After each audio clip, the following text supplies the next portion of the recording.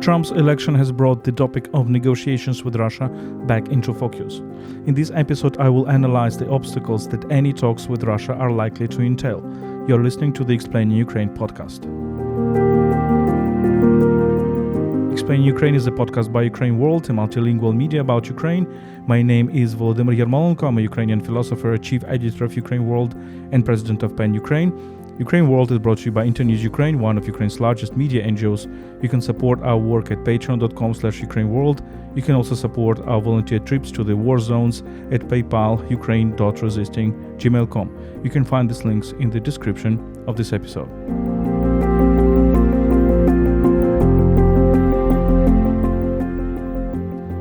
So this will be my solo. I will try to analyze for you and with you the question whether the conversation about negotiations with Russia, about Russia's war against Ukraine, is a feasible scenario, is a feasible topic. And, it is obviously a feasible scenario after Donald Trump is elected as President of the United States. But what I try to go through with you is a question: what might happen when these negotiations really start? Because what we hear in the news, the conversation about, okay, but Ukraine needs to give up Crimea, etc., etc. Well, sometimes I have the impression that this conversation shows that people who are expressing their thoughts and opinions about this do not really understand the whole complexity of the situation. So let me try to analyze it. Now, imagine the negotiations with Russia start. And the question is, what is the room for compromise? So what is this room where the both parties can agree upon? And some people say, okay, but we had ceasefire in 2014, 2015, the so-called Minsk agreements. Let me just come back to the 2014. Russia attacked Ukraine in 2014.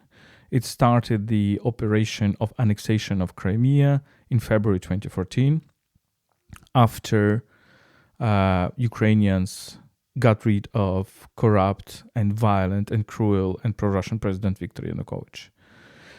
And at this moment, in spring 2014, they annexed Crimea. They said Crimea is ours. But next, they launched a war in eastern Ukraine, in the so-called Donbass. It happened in spring 2014, gradually, March, April, May, and so on and so forth.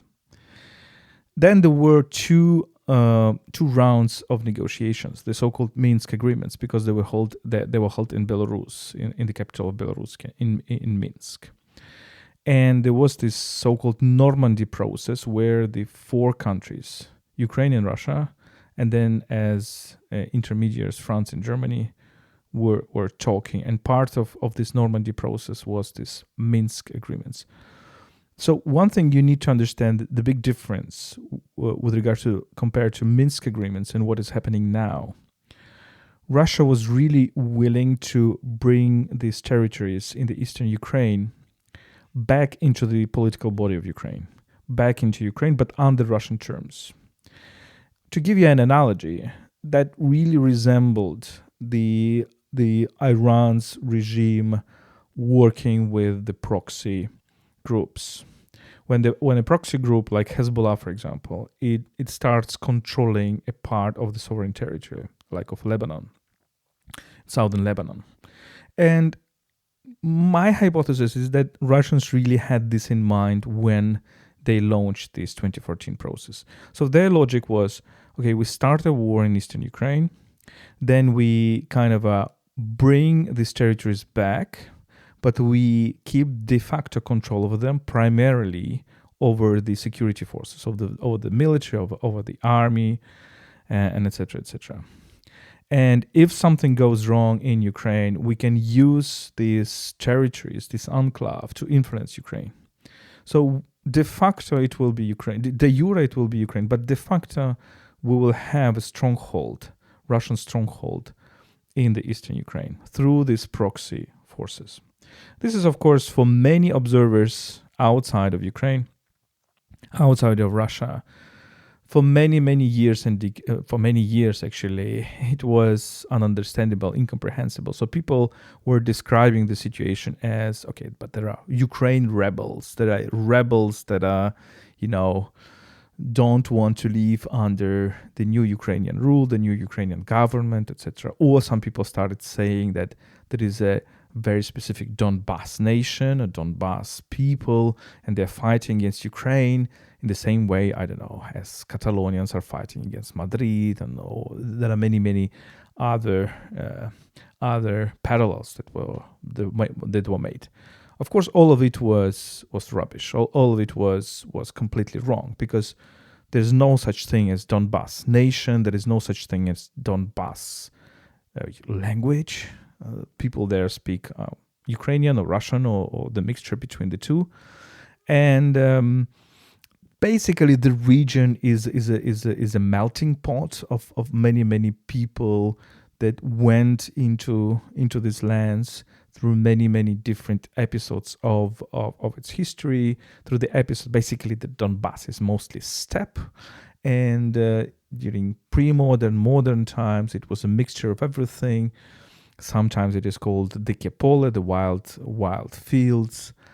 And during the industrialization of the late 19th century, early 20th century, and the Stalin's industrialization of 1930s, this region, of course, was also, accepting many people from all over the Russian Empire first and the Soviet Union second. So, of course, the question of identity in the eastern Ukraine, in the Donetsk and Luhansk oblasts, are very complicated question, but it's definitely not a question that it is some kind of a separate Donbas people. Okay, but the very important thing about all that is that Russians, despite these self-proclaimed but Russian-backed so-called republics, the so-called Donetsk People's Republic and Luhansk People's Republic, declared their independence, Russians did not recognize it. Russians did not recognize this independence. Why? Because they wanted to have as a kind of a trading point. They wanted to have it as territories about which they can't bargain. And the issue of the bargain was, okay, we let these territories back into Ukraine, but we keep control over them. They continue to be our proxies, and then we will influence Ukrainian politics through this enclave, through these proxies. And of course, we will kind of undermine the Ukrainian sovereignty because, well, de facto, parts of these territories will not be really controlled by Ukraine. Now, the difference compared to the current situation, and this is a very important point, is that Russians have annexed, according to their legislation, Russians have annexed in September 2022 5 Ukrainian regions: Crimea, Kherson Oblast, Zaporizhia Oblast, Donetsk Oblast, and Luhansk Oblast. These are 5 Ukrainian regions that are now in the Russian constitution as part of Russia, as part of Russian territory. The legal paradox of this situation is that Russians do not de facto control the territories that they declared as theirs. They almost control the full Luhansk Oblast. They do not control fully Donetsk Oblast because they're advancing now, but there is a big stronghold, Ukrainian stronghold there. Kramatorsk, Slovyansk, Druzhkivka, Konstantinivka, and lots of villages around them. The big agglomeration, which is under control of Ukrainian forces, and in order to capture it, it's like the four towns, but that go one into another and that look like a big city together.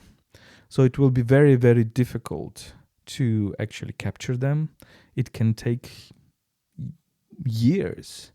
If we remember how that Russians were destroying Bakhmut, which is much smaller town compared to this agglomeration, for 9 months, you can imagine how much time it will take to capture these cities. And it is not the fact that it is not obvious, of course, that they will do that, because Ukrainian resistance is still very incredible and very courageous and very brave, despite the lack of the resources and lack of everything, lack of people, lack of munitions, lack of drones, lack of aviation. Ukrainians are still resisting this very cruel and very, very big Russian force.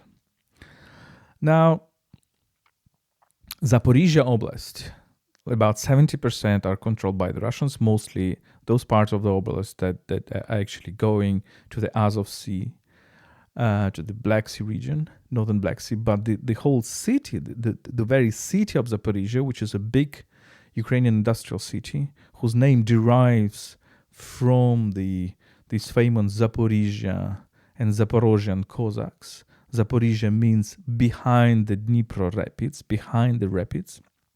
This is a famous place where the Cossacks in the 16th and 17th century were actually creating their kind of a military state. The Ukrainian Cossacks were creating their military state. Therefore, it is very, very important for Ukrainian identity, the very name of Zaporizhia. Zaporizhia is not controlled by the Russians, and it's a big industrial city with hundreds of thousands of people living there. So Russians declare the city as theirs, but it is not theirs. It is controlled by Ukrainians, and of course Ukrainians will fight to defend it. Kherson Oblast, also a very big part of it is occupied by the Russians, but the very city of Kherson was the only regional center which was occupied by the Russians at the beginning of this full-scale invasion in early 2022, but it was liberated by the Ukrainians in November 2022. And right now, these are the days that we actually celebrate the liberation, the 2 years of the liberation of Kherson. And it will be very difficult for Russians to take it again, because Kherson is mostly on the right bank of the Dnipro River. And the Russians are on the left bank of the Dnipro River, and the bridge, the main bridge which connects these two banks, is practically unworkable, unfunctionable. You cannot really go through this bridge. So Ukrainians were trying. If you remember, Ukrainians were trying last year to get over Dnipro River, to capture some territories in the left bank. It was very, very difficult, very, very difficult, because you need to basically cross a very, very wide river, which is Dnipro, the biggest river in Ukraine. So it is a big question whether Russians will be able to take Kherson again. Now, imagine these negotiations when Russians come to the table. And here, when I listen to the remarks by some of the counselors of Trump saying that, okay, but Ukrainians, you will need to forget about Crimea. Crimea is Russian, etc. Well, the reality is that there is no big difference between Crimea and Zaporizhia Oblast and Kherson Oblast and Donetsk Oblast and Luhansk Oblast. According to the Russian law, and we can, of course, mock the Russian law, saying it is not the real law, but, well, it is the real law in Russia. And it is the law, the constitution, it is the basic law, which obviously will determine the negotiating positions of Russians. Russians will not say, okay, but no, we will change the constitution again. We will get rid of these, regions, and we will keep only Crimea. It is very naive to believe in that. Russians will not do that. They will say, these are our territories. And more into that, Ukraine is actually occupying our territories. Ukraine is occupying the Russian, in quotation marks, of course, cities of Zaporizhia and Kherson or Kramatorsk. And therefore, it is Ukraine which is occupying force. And Ukraine should go away. Obviously, Ukrainians will never accept that.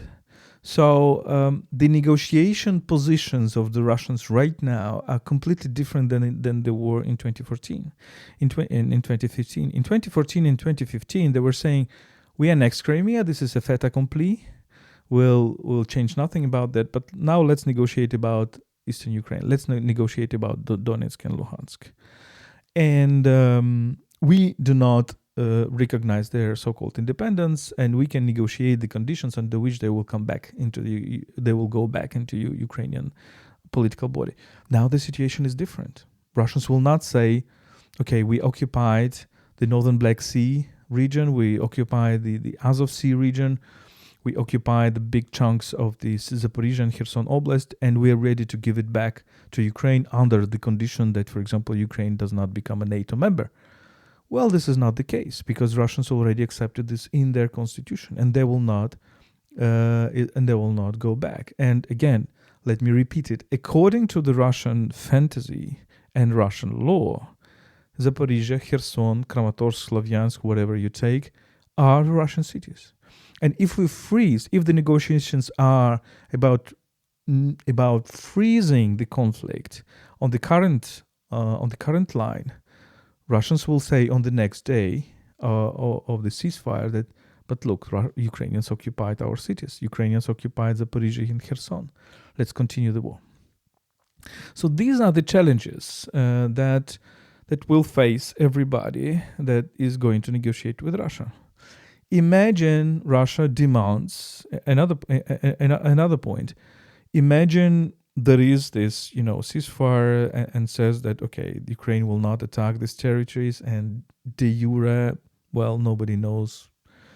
Well, according to international law, these are Ukrainian territories. According to the Russian law, these are Russian territories. But in the situation when Russians are saying that Ukraine is occupying the Russian territories, nothing protects us, all of us, from Russia restarting the war again. Because, yeah, we can freeze the conflict, we can say we keep on this line, but according to the Russian constitution, Ukraine is controlling those territories that Russia considered as its territories, and it will continue the war. Now or in 1 year, in 2 years, it doesn't matter. If you say, okay, but let's give Russia everything that it wants, including something that it's not in control of, and Ukrainians should retreat even from Zaporizhia, Kherson, and Kramatorsk, and all the other places, Ukrainians, of course, will never do that. That's impossible. But even if we imagine Ukrainians do that, or after a very, very bloody war, because the war for Kherson, the war for this agglomeration in the Donbass, the war for Zaporizhia will take years and years and years, and will take hundreds of thousands of human lives. It's not like taking a small city somewhere, a small town somewhere. It's not like taking villages somewhere. It's a big cities with huge number of buildings, and which are very, very difficult to capture now. The only possibility to capture them is to completely to destroy them.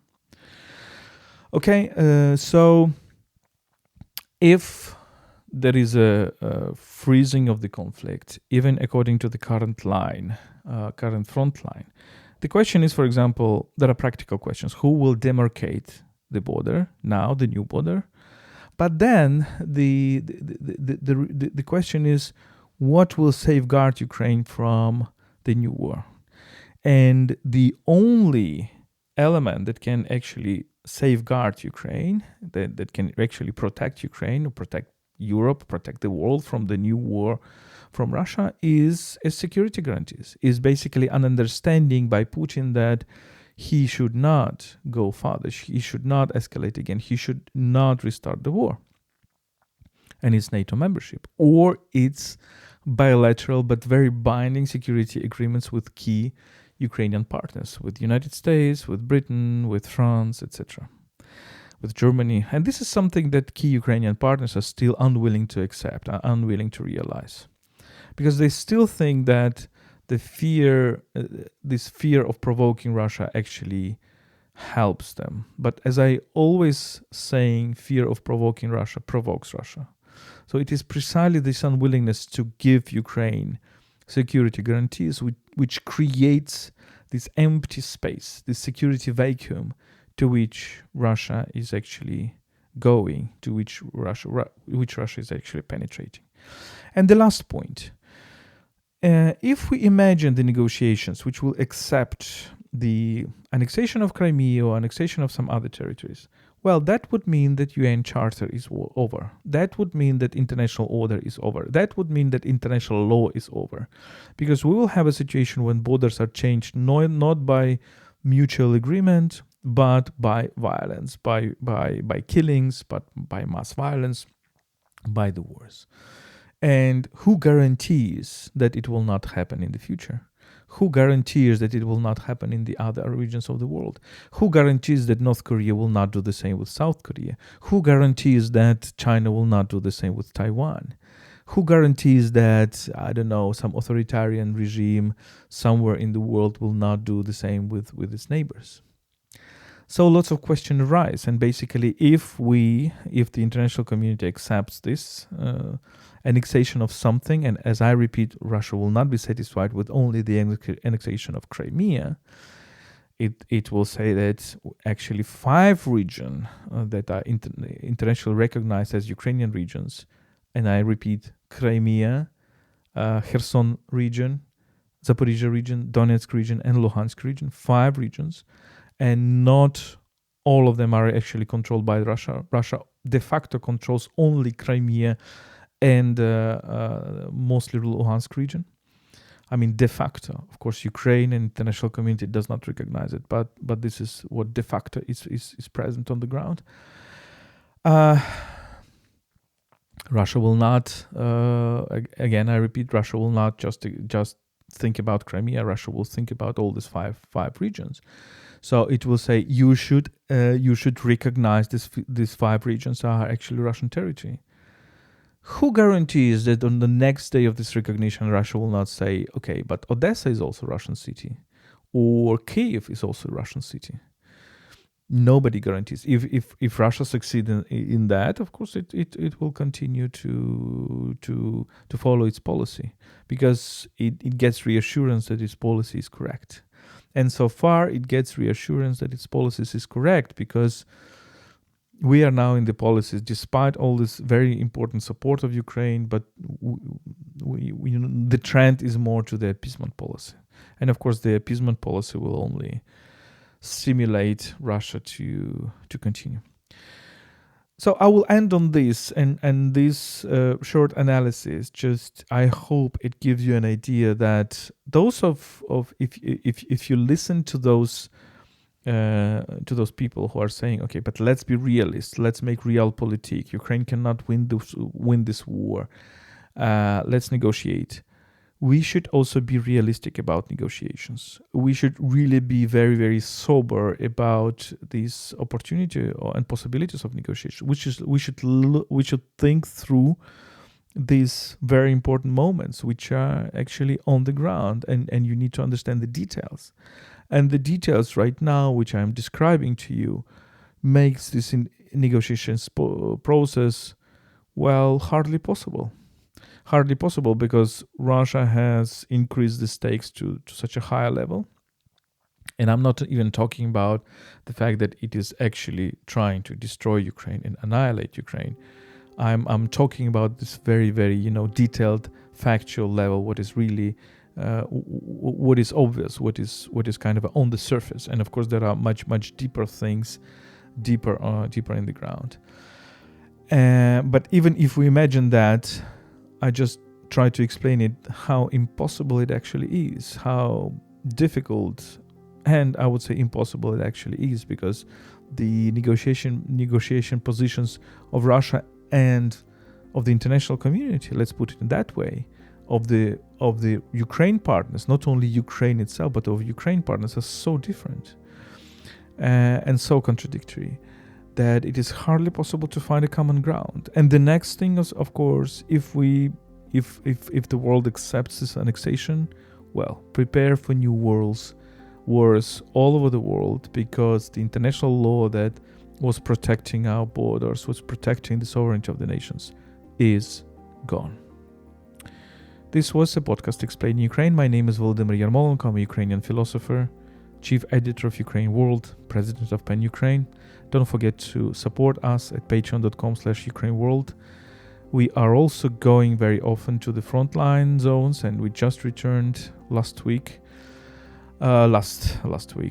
yesterday. We just returned yesterday from the south. Follow our Twitter to learn more. And a week ago, we have also went to the war zones.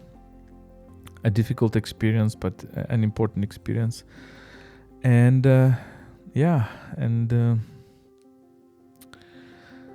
it is important that support of Ukraine keeps going. Yeah, so you can support our volunteer trips as well at PayPal, and you can find these links in the description of this episode. As I always say, stay with us and stand with Ukraine.